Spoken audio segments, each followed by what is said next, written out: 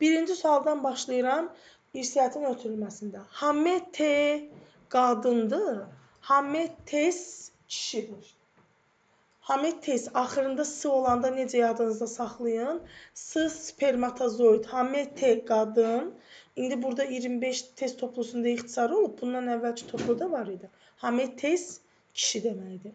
Zahirən xarici və daxili əlamətləri xaricdən biz onu necə görürüksə fenotipdir.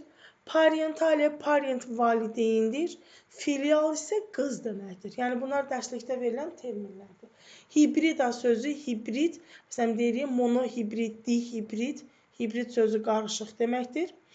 Mendelin ikinci qanunu nə idi? Bizim böyüyə kiçiyə çarpazlaşma apardığımız, yəni burada mən bir dənə WhatsApp-ı bağlayayım. Böyüyə kiçiyə çarpazlaşma apardığımız nə idi? Əlamətin fərqli formasının meydana çıxması. Yəni F1 nəslində aldığımız fərqləri F2 nəslində öz-özünə çarpazlaşdırdıqda, burada valideyn formalardan fərqli olanlar, yəni kiçiyanın əmələ gəlməsi ümumi nəslin 1/4-idir. Və yaxud da resessiv fərqlərin meydana çıxması ümumi nəslin 1/4 olacaq.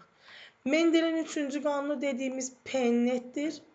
P-net cədvəlinə gedəndə bu artıq 2 dənə diheterozigot fərdin çarpazlaşmasını deyirdi. Böyük və kiçik beyləri öz arasında çarpazlaşdırır. Üçüncü qanun P-net cədvəlini demək istəyirdi.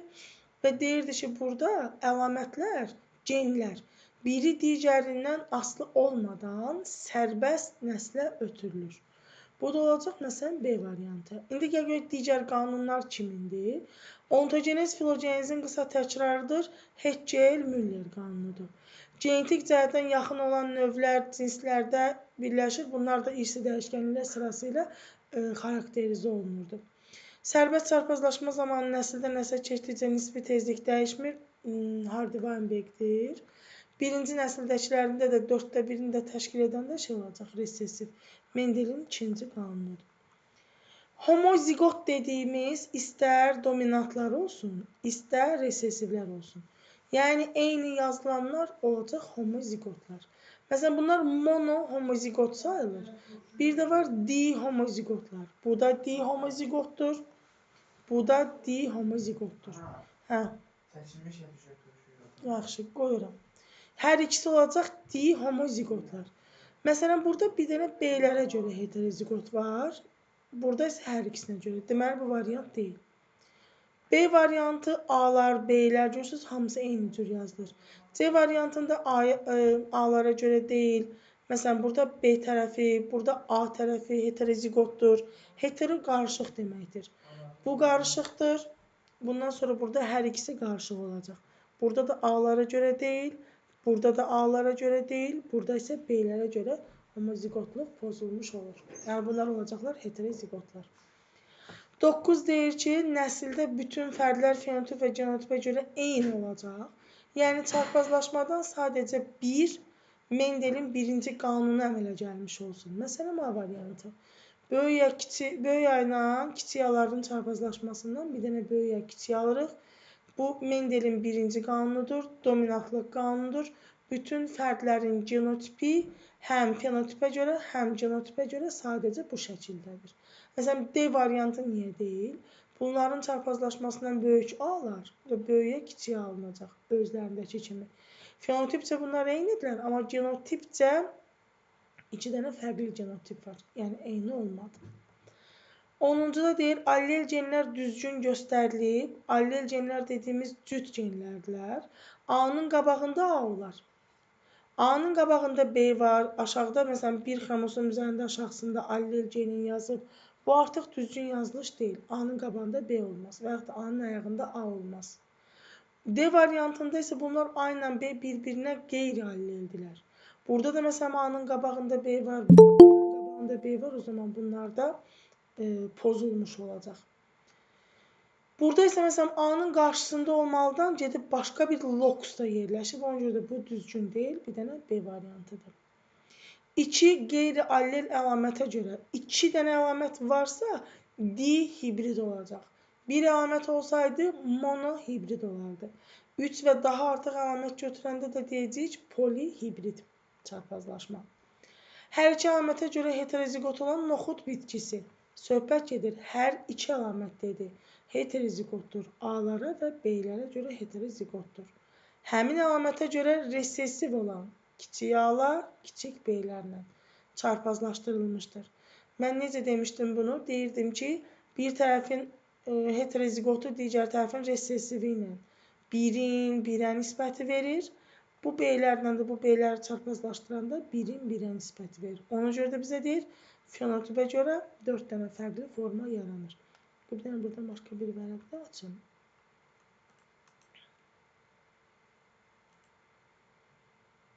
Məsələn, yadınızdadırsa, bunu belə bir şeylə izah eləmişdim. Deyirdim ki, tutaq ki, kiçik A-lar, böyük B, kiçik B.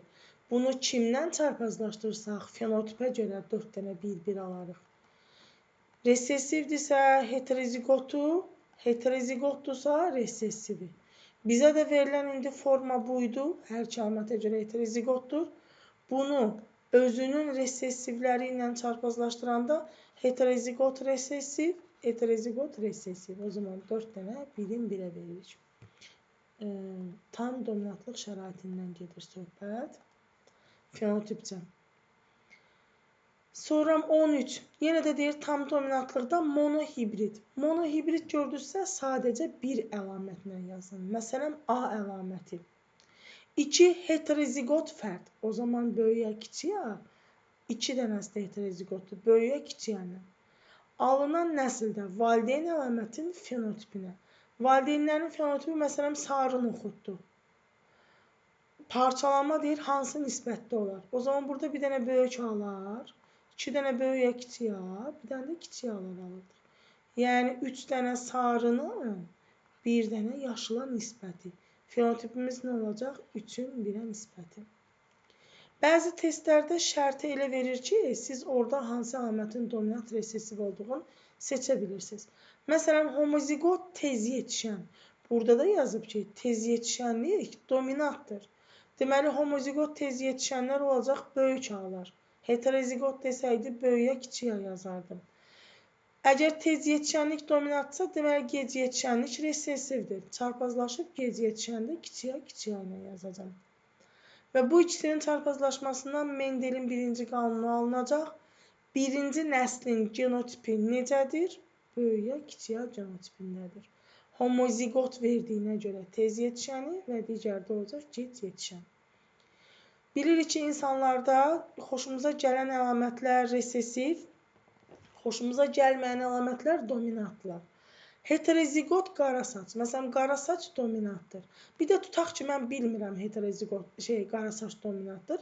Heterozigot yazıbsa böyüyə kiçik adır. O zaman qara saç dominantdır burada. Çünki resessivi heterozigot yaza bilmərik. Heterozigot qara saçlı kişi ilə sarı saç kiçik A-lar kimi yazılacaq. Bunlardan qara saçlı uşağın doğulma ehtimalı deyilir. Bu ikisini çarpazlaşdıranda böyüyə kiçik A, bir də kiçik A alırıq. Qara saçlı uşaq bir dənə böyüyə kiçik A-dır burada. 2 dənədən biri qara saç olduğuna görə 2-də 1 ehtimal. Uşaq yazmışdı. Bir də yazar məsələn oğlan uşağının doğulma ehtimalı. Əgər qara saçın alınma ehtimalı 2-də 1-dirsə, cinsiyyətin oğlan və yaxud da qız olma ehtimalı da 2-də 1-dir. Aldığınız 2-də 1-i 2-də 1-ə vurardınız, olardı 4-də 1. Əgər qız və yaxud da oğlan yazmış olsaydı. Yenə də deyir heterozigot qara saçlı, heterozigot dedi böyüyə kiçiyə, sarı saçlı qadın kiçiyə, sarı saçlı uşağın əmələ gəlməsi, buradan da yenə böyüyə kiçiyə, bir də kiçiyə alınır. Sarı saç burada kiçiyə alardılar. 2 dənə alındı, ikisindən biri sarıdır. Yenə də cavab olacaq 2-də 1. 17. Öyrənilən əlamətə görə nəsildə parçalanma verən heterozigotdur, çünki böyüyə kiçik A-dır. Parçalanma verməyən homozigotdular. Deməli, heterozigot, homozigot. Hetero parçalanma verəndə, məsələn, bir sarı, bir yaşıla parçalanır. Homozigotları nə parçalasan da inisi alacaq. Lap dominant da götürsən, yəni nə parçalasan da inisi alacaq.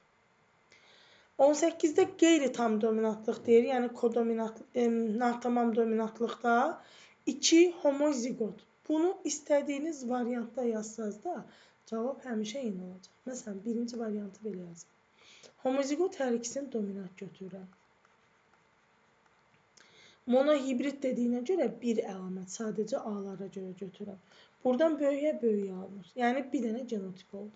Bəlkə belə deyir, böyük A-larla kiçik A-ları deyir. Yenə də bir genotip olur. Və yaxud da bəlkə belə deyir, kiçik A-larla kiçik A-ları çarpazlaşdırıram. Yenə də kiçik A-lar alınacaq.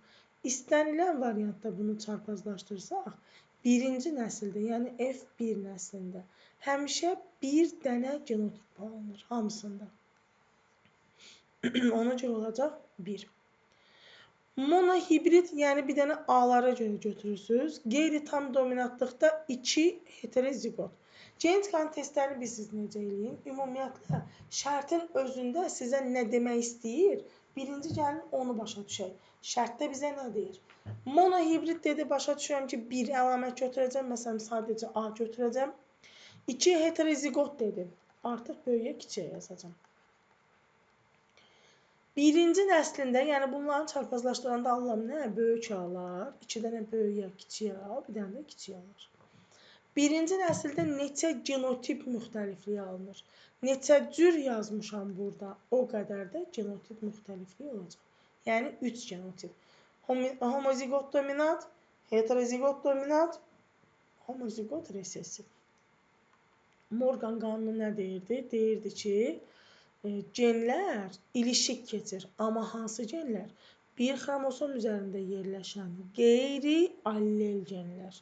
Allel genlər bir xromosomda olmaz. Məsələn, mən belə yaza bilmərəm. Böyüyə aşağısında kiçiyə. Allel genlər bir xromosom üzərində olmaz. Ona görə də eyni bir xromosomda yerləşən qeyri-allel genlər, yəni biri A-dır, biri B-dir, ilişikli surətdən nəslə keçir. Yəni bu xromosom hansı qametə düşərsə, üzərində olan A-dır, B-dir, C-dir, artıq neçə dənə geni varsa, hamısını ilişikli aparacaq. Birinci nəsildə hibridlərin eyniliyi onda göstərir ki, onlar həm genotip, həm fenotipə görə eyni olurlar. Məsələn, Mendelin birinci qanunda böyük yağlarla kiçik yağları çarpazlaşdırdı. Birinci nəsildə aldı böyüyə kiçiyə. Fenotipcə hamısı sarıdır, genotipcə hamısı heterozigotdur. Ona görə həm fenotip, həm genotipə görə bunlar eynidirlər. 22. Yenə də deyir, yalnız homozigotlar. Elə A variantını görürəm. Burada A ilə B heterozigotdur, burada D heterozigotdur, burada B'lər heterozigotdur, burada ikisi də heterozigotdur. A heterozigot yazılıb, bu tərəfin B'si, bunun da A'sı. Burada A'dır, burada da A'dır, burada da B'dir. Heterozigot yazılanlardır. İndi bizə də deyir, yalnız homozigotlar olsun. A'lar homodur. Məsələn, elə bir dənə B də homodur. Burada C də homodur. Bunlar çıxdım. Burada A homozigotdur. Burada A homozigotdur. B homozigotdur. Hər variantdan sadəcə birinə baxıram. A'lara görə heterodir, B'lərə görə heterodir. Hər ikisi D heterodir, D heterodir, D heterozigotdur. Yəni sadəcə hər iki əlamətə görə heterozigotlar istədim. Yalnız bir əlamətə görə. Deməli, elə forma seçməlisən ki, bir əlamətə görə heterozigot olsun. Məsələn, A variantında A-lara görə heterodir, B-lərə görə homodur. Okey. A-lara görə heterodir, B-lərə görə homodur. Yenə okey. Amma bunun hamısı homozigotdur. Deməli, A deyil. Heç birində heterozigotluq olmadı. Burada demək, yalnız bir əlamətə görə deyəndə, məsələn, bu heterozigotdur, digərləri homozigotdur. B-lərə görə heterodir, A-lara görə heterodir. A və B iki əlamətə görə heterozigot olmadı. Burada B-lərə görə heterozigotdur, A-lara görə heterozigotdur. Burada da sadəcə B-lər heterozigotdur. Variantımız bu. 25-də də deyir ki, hamısı heterozigot olsun. Məsələn, A variantında A-lara görə çıxdım da. Burada A homozigot idi. Tutaq ki, C variantında bu fərdə görə çıxıram. Hər iki əlamətə görə homozigotdur.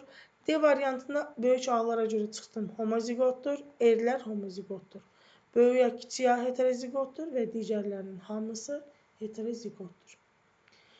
Bir cüt allelə görə, yəni sadəcə bir əlaməti heterozigot olsun. A variantında A-da, B-də iki allelə görə heterozigotdur. Deyil. D variantında ikisinə görə də homozigotdur. Olmadı. B variantı A-da B-də homozigotdur. C variantında A-da B-də heterozigotdur. Bizə lazım idi ki, bir cüt allelə görə heterozigot olsun. Məsələn, Y variantı. Sadəcə B tərəfinə görə heterozigotdur. 27. İrsən ilişikli ötürülür. Bax, elə bu testə uyğun testdir. Bir xromosomda yerləşən qeyri-allel genlər.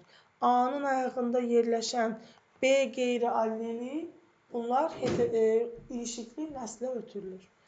28-də də deyir ki, ilişiklikdə çarpazlaşma, yəni crossing over. Yallı oynayanda yanımdakını ilişdirərəm, yoxsa halayın o başındakını? Yanımdakını ilişdirərəm. Deməli, yaxındakı genlərdə ilişiklik çox olar. Genlər uzaqlaşdıqca, məsafə uzaqlaşdıqca onlar arasındakı crossing over ehtimalı artar. O zaman crossing overin tezliyi nədən asılıdır? Genlər arasındakı məsafədən asılıdır. 29-da deyir, qara saçlı valideynlərin. Bax, 2 dənə sözdən tuturam ki, böyük A qara saçı bildirir. Qara saçlı 2 dənə valideyn, böyük A yanın boş qoyuram. 4-cü uşağı sarı saçlı, yəni kiçik A kiçik A doğulub. Deməli, bu kiçik A geninin bir valideyndən, digər valideyndən alıb. Deməli, bunların yanındakı böyüyə kiçik A'dır. Deməli, valideynlərin genotipi böyüyə kiçik A'dır.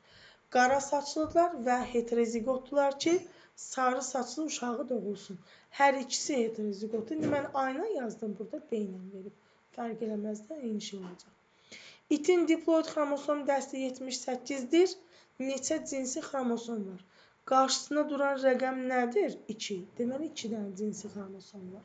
Tutaq ki, deyirəm ki, endospermin xromosom dəsti 36-dır. Endosperm 3N-dir, elə 3N bərabərdir 36-ya. Deməli, bunun qarşısındakı 3 o deməkdir ki, burada 3 dənə cinsi var, 33 dənə autosom xromosom var. Məsələn, 4N-i 78 yazsaydı, o zaman bunun 4-ü cinsi 74-də autosom olardı. Oldu. Yəni, bunun qarşısına yazılan rəqəm nədirsə, cinsi xromosom sayını ona görə götürürsünüz. Hər birindən əslində o qədərdir. İndi 2N dediyimizlərdə 2 dənə cinsi xromosom var. Əlamətin müxtəlif mühit şəraitində üzə çıxan, genotip tərəfindən nəzarət edilən dəyişkənlik hüdudları reaksiya norması adlanır. Reaksiya norması modifikasiya dəyişkənliyin hüdudlarıdır. Yəni 10-cu sinifdə dərslikdə cümlə ilə verilib. Hansı variantda allel genlər düzgün göstərilib? Allel genlər dediyimiz, məsələn, A qarşısında kiçik A və ya A-nın qarşısında böyük A olsun. Ya kiçik A-nın qarşısında kiçik A olsun. Bunların hamısı bir-birinə alleldirlər və qarşı-qarşıya gəldikdə bir-birinin eyni lokusunda yerləşməlidirlər. Məsələn, A variantında allel gen yoxdur. Bu, ya bir qametdir, ya da ki, bir haploid xromosom dəstli canlının somatik hüceyrəsidir. Burada, məsələn, allel gen A-nın qabağında alleli yoxdur. D variantında A-nın qabağında B-ni yazıb, B ilə A bir-birindən qeyri-alleldir, düzgün deyil. B variantımız düzgündür. A-nın qarşısında A-dır, B-nin qarşısında B-dir. Y-də də A-nın qabağında B yazıb, deməli, burada allellik pozulub, burada da A-nın qabağında B yazıb. 33. Pişiklərin tükünün rəngi cinsiyyətlə ilişikli irsiyyətə aiddir. Çünki biz deyirdik ki, onlarda X üstü kiçik B sarı rəngi daşıyır. X üstü böyük B qara rəngi daşıyır. Əgər ikisi bir yerə düşərsə, böyük və kiçik B olarsa, bu iki gen bir-birinin arasında natamam dominantlıq olduğuna görə ala-bula pişiklər meydana çıxır. Bu ancaq dişi cinsiyyətə aid idi, 2 dənə X-in olması. Erkəklərdə məsələn belə yazardıq, X üstü B, Y sarı erkək və yaxud da X üstü böyük B, Y yaşıl deyəcəkdim, nədir bu? Qara erkək. Dişilərdə də məsələn kiçik B sarı olur, böyük B qara olur. Bir dənə böyük B, kiçik B olanda ala-bula olurdu. Hansı fikir səhvdir? Ala-bula erkək ola bilər, ola bilməz. Çünki ala-bula dediyimiz 2 dənə X-dan asılıdır. Mutasiya baş verməyibdir. Əgər mutasiya baş versəydi, Tutaq ki, Klinefelter sindromlu olsaydı bu pişik, onun 2 dənə X-i var idi da, düzdür? Biri böyük, biri kiçik olanda o zaman bu mutasiya baş versəydi. Alabula erkək olardı. Yəni, belə götürəndə harda qara, sarı pişik görürsünüzsə, qara narıncı, bunlar deməli cinsiyyətcə dişi pişiklərdir. Sualda necə yazaram? Yazaram ki, alabula pişiklə sarı pişik çarpazlaşdırılıb. Demədim ki, hansı erkəkdir, hansı dişi.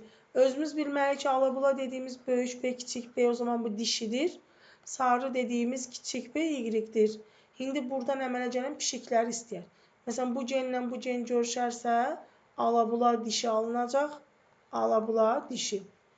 Bu genlə bu gen Y görüşərsə, qara erkək alınacaq.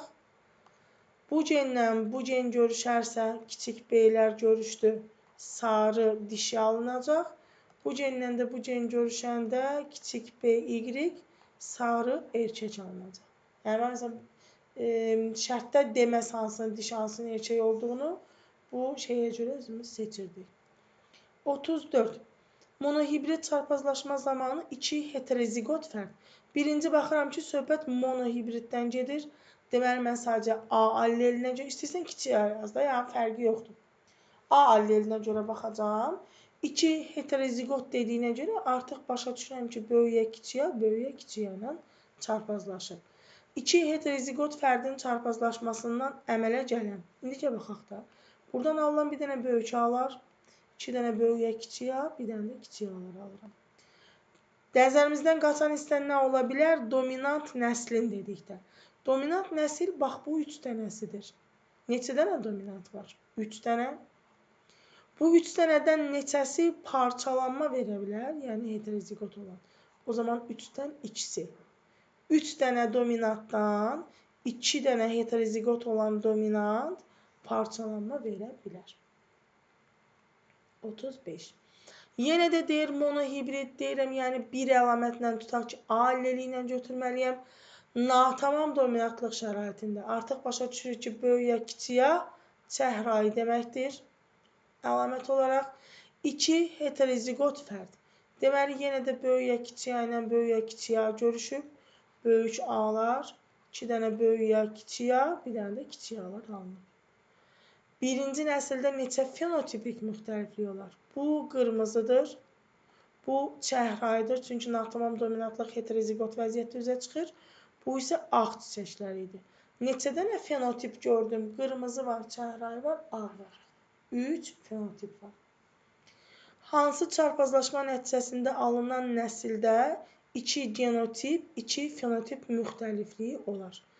Bunu ən pis halda oturub bir variantları hesablayırsınız, amma 2 fenotip, 2 genotip varsa bu Y variantı olmaz. Çünki Y variantında 2 dənə dihibrid verilib. Bunun fenotip, genotipi çox alınır. Məsələn, A variantını çarpazlaşdıranda alırsınız böyük A-lar, bir də böyüyə kiçiyə. Tam dominantlıq dediyinə görə bunun ikisi də sarıdır. Burada bir fenotip var. Bizdə 2 fenotip istəyirdik. Deməli, bu deyil. D variantına, indi D variantını saxlayım, cavab dedi.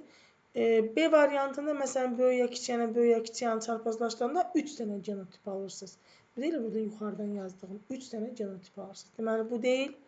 C variantında bu ikisini çarpazlaşdıranda bir dənə genotip, bir fenotip alırsınız. D variantında özlərindən alırıq elə. Böyüyə kiçiyə.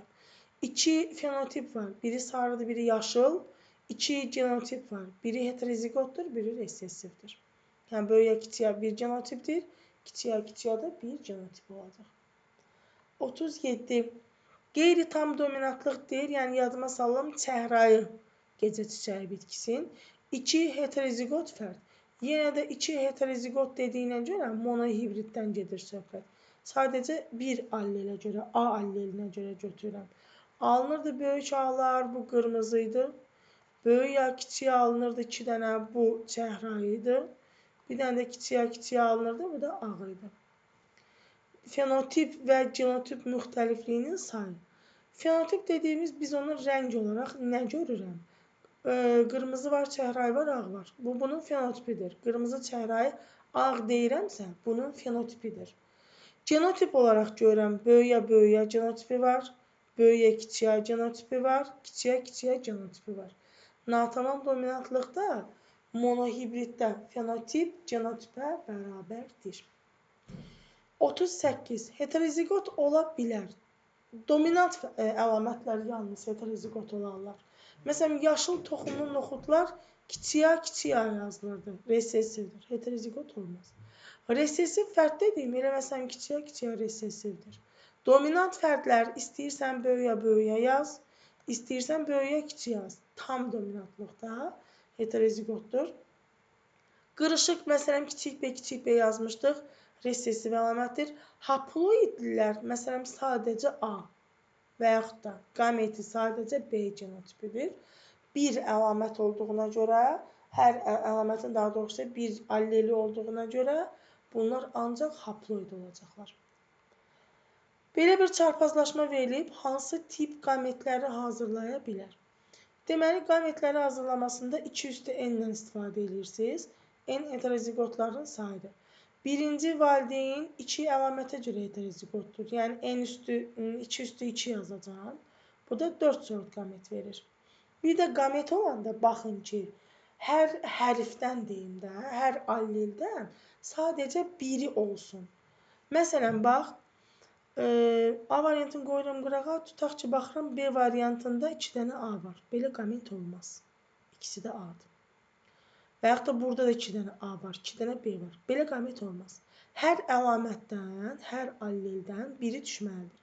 C variantında 2 dənə A var, olmaz. 2 dənə B var, olmaz. D variantında 2 dənə A var, 2 dənə A var, 2 dənə B var. Burada da B var. Bu cür də çıxdaş eləsiniz, əslində variant çıxacaq ortaya. Məsələn, Y variantında 2 dənə A var, 2 dənə B var. A-lardan hər ikisi eyni qametə düşə bilməz. Və yaxud da B-ni əvvəldə A-nı, sonra bu da düzgün yazılış deyil. A-nı birinci, B-ni ikinci yazarıq. Elə çıxdaş eləsəniz, qalacaq A variantı. Burada da məsələn, genetikanın ən praktik yolu nədir, qızlar? Ümumiyyətlə, genetika da çıxdaşı sevir. Çox vaxt itirməyə dəyməz. Tez bazar çıxdaş elədim, getdi. İndi belə bir fərq deyir, hansı qametləri hazırlayır, yenə də eyni baxıram. A-dan 2 dənədir, belə qamet olmaz. B-dən 2 dənədir, A-dan 2 dənədir. Yəni, birinə görürsün, məsələn, burada A-dan 2 dənə var, B-dən 2 dənə var, A-dan 2 dənə var, cavabım budur. AB. Qametlərin hər birində, hər alleldən bir dənə olmalıdır. Qısa yolu bu. Mendel birinci götürmüşdü, bir homozigot böyük ağları F1 qanununda. Çarpazlaşdırmışdı kiçik ağlarla. Biz bilirik ki, noxud öz-özünə qapalı şəraitdə tozlanır. Amma indi bunun biri sarı, biri yaşıldır. Bu kişi nə edir burada? Çarpaz tozlandırmışdır. Alınan F1 nəslindəki böyüyə kiçik ağını öz-özünə tozlandırmışdır. Bu da olacaq öz-özünə tozlanma. Deməli, birinci tozlandırma üsulu çarpazdır. İkinci tozlandırma üsulu öz-özünədir. Müdaxilə etməyib, öz-özünə tozlanıb. 42.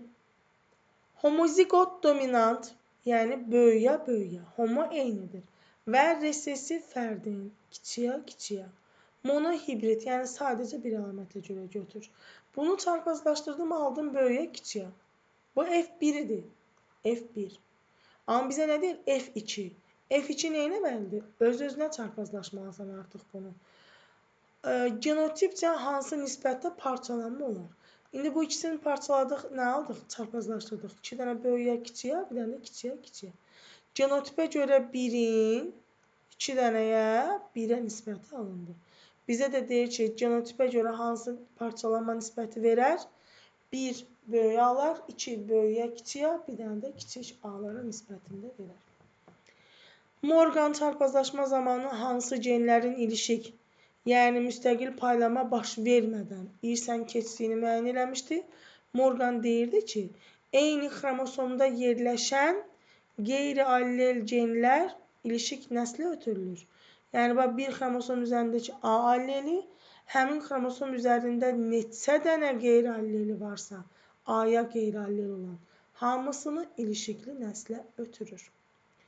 44. Gec yetişən vərəmir. Birinci bu tip suallarda baxın şərtə.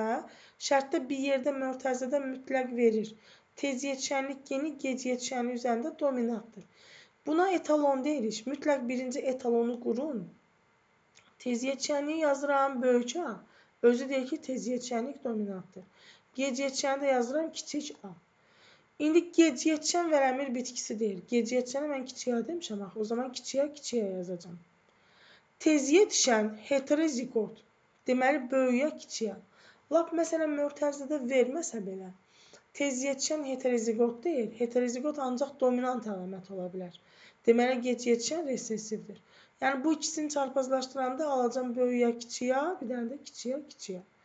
Deyir ki, teziyetçən 150 dənədir. Yəni, bundan 150 dənə alınır. Burada 2 dənə genotip almışam. Bu 150-dirsə, deməli, digəri də 150-dir. O zaman nəsildə geciyetçənin ən çox ehtimal olunan sayı nədir? 150. Və yaxud da nəsildə cəmi neçə bitki alınar? 150 bundan, 150 bundan olacaqdı 300. Əgər elə bir sualda vermiş olsaydı. 45. Deyir ki, genlər ilişik deyil. İlk diqqətinizi bu hissələrə yönəldin. Genlər ilişik deyilsə, deməli, bu genlərin hər biri ayrı-ayrı xromosomlarda verilir. Yəni, bu iki diheterozigot fərq gördünüz, eyni genotiplidirlər. Deməli, Mendelin 3-cü qanunudur, Pennet cədvəlidir. Kombinasiya sayı dediyimizə görə. 2 üstü n həm fenotip idi, həm qamet idi. 3 üstü n genotip idi. 4 üstü n isə kombinasiya və yaxud da fərd sayıdır. Deməli, 4-ün üstündə qoyuram 2 dənə heterozigot əlamət var hər iki tərəfdə. 4 üstü 2 eləyəcək 16 kombinasiya. Və yaxud da bu yadımdan çıxdı, bu düsturzat yadımdan çıxdı, onda nə edirəm? Birinci tərəf 2 əlamətə görə heterozigotdur. 2 üstü 2 qamet verəcək. İkinci tərəfdə hər iki əlamətə görə heterozigotdur. 2 üstü 2 də bu qamet verəcək. Yəni 4 qamet bunundur, 4 qamet bunundur. 4-ü 4-ə vuranda 16 dənə fərd kombinasiya alınır. Burada da yenə eyni şeyi görürük. Pennet cədvəlini görürük və deyir genlər ilişik deyil. O zaman Mendelin 3-cü qanuna gedirik. Genotiplərinin sayı. Genotip dediyimiz nə idi? 3 üstü n idi. Burada hər iki əlamətə görə heterozigotluq var. 3-ün üzərinə qoyuram 2-ni, olacaq 9. 9 dediyimiz hansıydı? 4, 4 dənə 2, 4 dənə də 1-lər var idi. Bunlar 9 dənədir. Söhbət ondan gedir. Yenə də Pennet cədvəlini görürəm. Hər iki əlamətə görə heterozigotdur. Fenotiplərin sayını deyir, ilişiklik yoxdur. Yəni genlər sərbəst keçir demək istəyir.